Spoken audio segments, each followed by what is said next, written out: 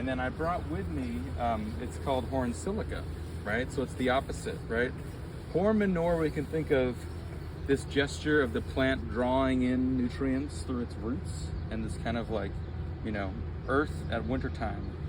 And then the horn silica is the plant, you know, taking in cosmic light, creating itself from light and air, but also this traction to Mars and Jupiter and Saturn, and opening up the plant to these wide expanses, really amplifying form and color and the taste and the nutritional aspect of the food that we're trying to get to apply to our food, to make food that's going to be very... So you buried something here? Yeah, so in the fall, we put some fresh lactating cow manure into a horn, right? And so the horn, it's an enlivening form, right? The cornucopia, also just, they used to, you know, pour water into cow horns. So there's a little bit of dirt on the end, but then we kind of get into the manure. And since it's been buried in the earth, it hasn't been exposed to the dead air above the earth. So it's kind of been able to kind of ferment and cure, right? And see with the first little parts here, we kind of break it open and we don't smell anything, right? When we buried this, it was green. Marsha, it smelled like manure, Give it a smell. right? Yeah, give it a smell. It smells yeah, like when nothing. we bury it in the ground, and also, like, you know, we talk about developing a personal relationship to manure, right? Because it seems like, oh my God, but look at that, that's beautiful, right? And it's totally got this completely transformed quality. And now what are you going to do with it? So now, like, look, I'll take that much, okay? And I've got a bucket of water over here. And so I've got about like half of this bucket is full of water that it's got. I'm gonna put it in there and I'm gonna start to stir it, all right?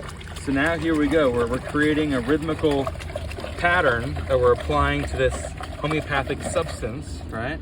And this is the vortex, which we also know as a tornado and a hurricane, right? And a whirlpool, this really powerful force in nature to make a compost tea, really, right? This is like 100-year-old way to make a compost tea. But we're not drinking this, right? No, like we're bringing in air, so oxygen and nitrogen, right, into this. But we're also, you know, the cow has 4 stomachs, right? So it's like the most incredible digestive process on earth that's happening in the cow's stomach. And all those micro bacteria, right, that are in the microflora of the gut are now kind of becoming reactivated by the air, right? I like to use the metaphor of leaving food out overnight. You know, like a bag of chips. You leave your chips open and they get stale, right? That's a very obvious way to experience the dead air. Because like, who wants to eat stale chips, right? And it's the same thing. Like, if you take this 500 and you leave it out, that's what we call it, 500 or horn manure. And I left it out in the air, it would get all desiccated, right? It would get hard, kind of like a rock. But what I'm gonna do is I brought a jar and we're actually gonna surround it in peat moss, right? And try and keep it in like a cool root cellar kind of a place, you know? If that's okay, I can also store it and come and apply it and everything. And when you make the tea, right, you take the dried plant and you bring it to a boil, you let it simmer for about an hour, then you turn it off and you let it cool and you're extracting the silica into the water. So we're gonna stir and spray that, and when we spray it out, it can be like a soil or a plant spray because it strengthens the plants, but then it also is gonna make this kind of like, I envision it as like a crystally like barrier, so like fungus and like, you know, bad things can't get to the plants as much. Yeah. So after the stirring, you're going to do what with it? I'm going to spray it. And so this one, see that red brush over there? That's a great brush because the 500, typically we try and stir it in the afternoon or the evening, you know, when the earth is breathing in, because the earth has its own kind of like breathing cycle. And right now the earth is kind of breathing out, but it's okay, whatever, we're doing it now. So we're gonna take it, and the corn manure, it goes out on the soil as like droplets, kind of like that, you know? But this other preparation I brought today that we're gonna put in the hole is called horn silica, right? Yeah, we're just gonna pop it right back. Or, you know, if you wanna find another spot, if you wanna find a different pit that's not in a bed, that's cool too. Okay. You know? Well, I don't mind being in a bed. I'm just curious, like, how is this different than the ones we buried? Sure, the earth is asleep. The sun is waking up. The sun is like, ah, right? And the sun is getting ready to do its thing. We're heading towards the longest day of the year. Right. But right now, the earth is falling asleep, and all the plants are the dreams of the earth. The plant is a mirror, and it's reflecting the forms of the plants that live out that are out in space in the cosmos. Okay. Crystal instead of manure. I smashed them and then I ground them between glass plates. I didn't want to bring it here because it's like a long process, and you guys are trying to be productive. So Where'd you get the quartz crystal? I actually got some from Penn Valley, so it was Pennsylvania quartz crystal. Yeah, but there's a rock shop out in Phoenixville, Kimberton, Earthspeak, that's really good. So then it's like a rock quartz powder. It's almost like flour. Then I added some water and I poured it in the horn, and then the water settles out in the silica. So that's just like a mass of silica powder that is in this horn. And so it's gonna hang out, here you go, I'm gonna check it out. Hang out over the spring and the summer, like when we're saying when the sun is more active, and now the warmth, the light and the warmth, the living light and warmth in the earth is what we're collecting into this quartz crystal.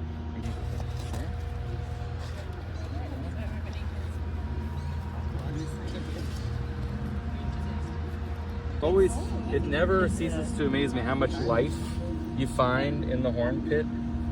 But also, sometimes if you're not careful, roots can get in there, and roots will totally like eat all the poop up. Roots, did you say? Yeah, like a tree root, and like it'll kind of shed off a little. What do you call this whole process? So these are biodynamic preparations, right? Yes, this is horn manure, or 500 is also another name for it, but I think horn manure is helpful. Alchemy, there's three kind of concepts. You have salt, and sulfur, and mercury, right? Which is, now we're talking about code words for calcium and silica and clay, right? Because salt, again, is like the plant drawing in nutrients. That's what 500 is gonna help the plant do. And then sulfur, it's like the plant, now I smell the plant, it's volatilizing, right? I can smell the flowers, right? You know what I'm talking about?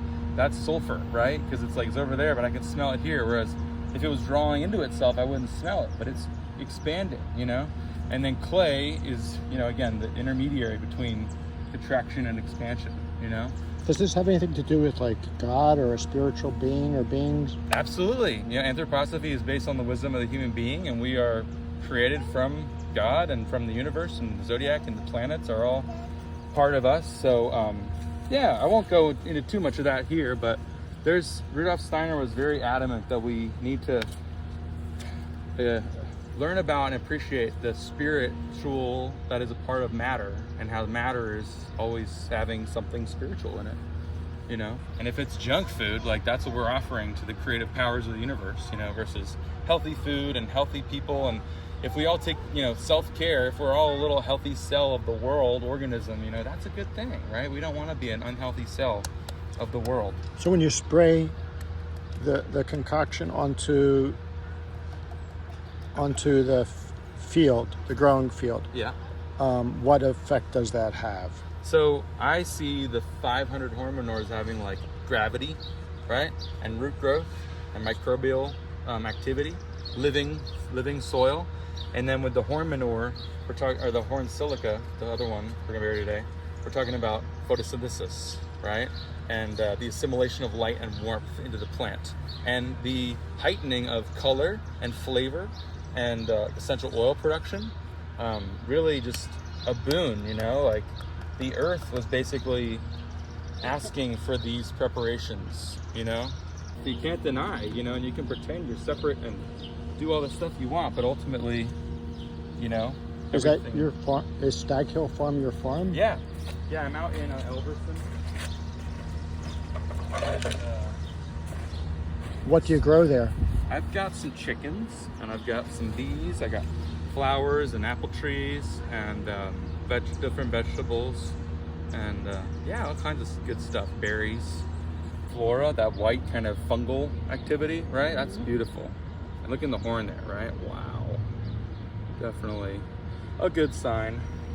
It's on your spring and summer. Thank you. Yeah, of course.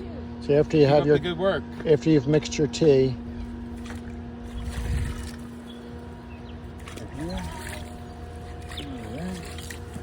Almost got her over there.